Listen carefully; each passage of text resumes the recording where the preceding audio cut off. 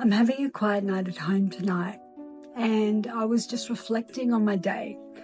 And one of the things that came to mind was a conversation I had with a woman who is still very bitterly angry and upset with her mother, who passed away over 10 years ago.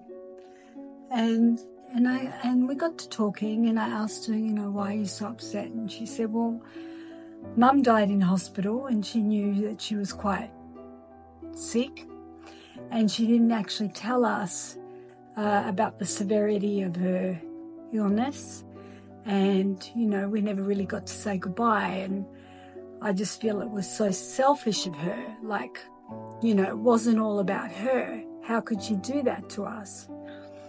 And as this woman was saying these words, I could feel a reaction happening with me, and I gently inquired within myself, and I realized what had happened, and I shared this with her, and I said, would you mind if I maybe share a different perspective with you, maybe give you a different way of looking at that? And she said, sure. And I said, well, this time last year, I was facing that very moment myself. I was in hospital, and, my soul was leaving my body. And it was a frightening, shocking incident. It was not planned. It was not anticipated with the treatment that I was receiving. However, nonetheless, it happened. And at that time, I did not think about what was going on for those people that I loved and cared about. What I thought about was, this is me. This is my journey. This is my death. What am I going through right now? How do I need to transition to feel at peace, to feel complete? And thankfully, I was given an opportunity to be aware of the presence of my soul grid lifting up and out of my body. I was totally unconscious, but I was awake and aware in another realm. And I was also aware of this white torus field coming into the room, drawing this beautiful matrix that I'd never seen before, which was actually my soul up and out of my body. And this white torus field was drawing it up and out.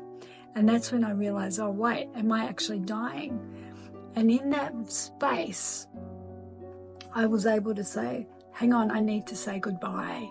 So in another dimension, in another realm, I'm not sure if this is going to make any sense to you at all, I was able to go and visit my father in the garden, my mother in the kitchen, interstate, my brother in his car, my sister at her house, both of my children. And then I was able to bring my awareness back into the room in the hospital where I was.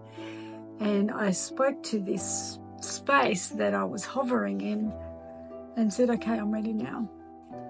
And as this woman was sharing her story with me, I realized that sometimes what happens is, people die, and we don't always get the opportunity in our humanness to be able to have the conversations that we would have loved to have had, to have completion or have some sort of fulfillment or peace with what's actually going on. But when the soul is called home, sometimes we get forewarned, and sometimes, like in my situation, I was not forewarned.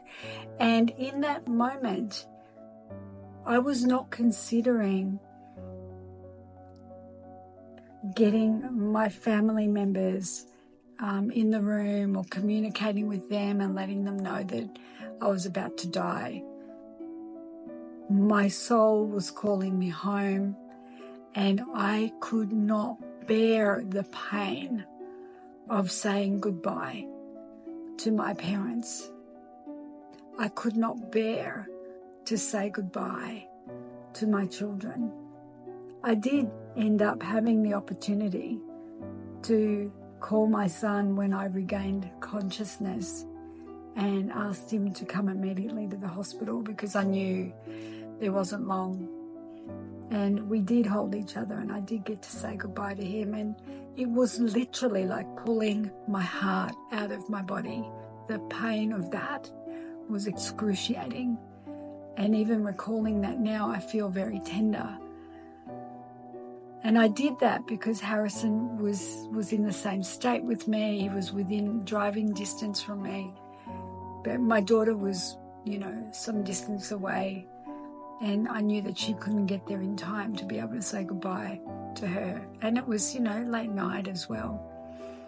And, the thought crossed my mind, should I tell Mum and Dad? Should I tell my sister? Should I tell my brother?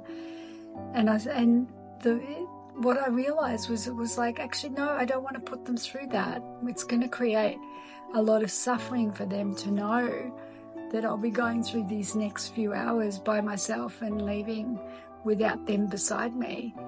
And for me, I figured the suffering would be less.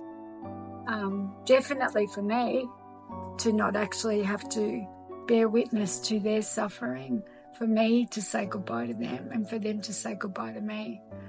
But I really wanted to do that with my son, and that was literally so heartbreaking. So as this woman shared her story with me, I just felt into what must have been going on for her mother, because I was there, I've been there, I know what it feels like. And I said to her, I really don't think your mum could have bared the pain of saying goodbye to you. That would have been excruciating for her. And this woman just looked at me in a really solemn way and she said, wow, I had never, ever considered that. And she thanked me so much, because she realized that in that moment, that shift in perspective brought her great peace, and she could finally release the bitterness and the anger and resentment that she held against her mother. And her heart expanded to have so much more compassion for her mother and also for herself. And I hope this story can somehow bring you comfort. And if it has, please share in the comments. I'd love to hear about it. And maybe share the video with someone that you know might need to hear this message right now.